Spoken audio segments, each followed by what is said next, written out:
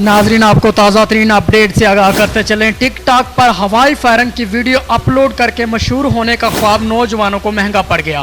मजीद तफसीलात से आगाह करें हमारे नुमाइंदे ज़ीशान भट्टी। जी ज़ीशान भट्टी, तफसीलात से आगाह कीजिएगा।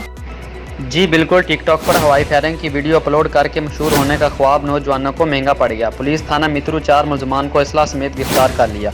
मुलजमान ने टिकटॉक पर असला की नुमाइश की हवाई फायरिंग की वीडियो अपलोड की थी, जिस पर district police officer Vehari Ehsanullah Chauhan की हिदायत पर DSP मेलसी नईम अब्बास की सरबराही SHO मित्रु हाफिज इदनान जमील और इनकी टीम ने कार्रवाई करते हुए चारों मुलजमान अली सकलैन, अब्दुर्रहमान, नबील और मोहम्मद शुएब को गिरफ्तार करके इनके कब्जे से असला बरामद कर लिया।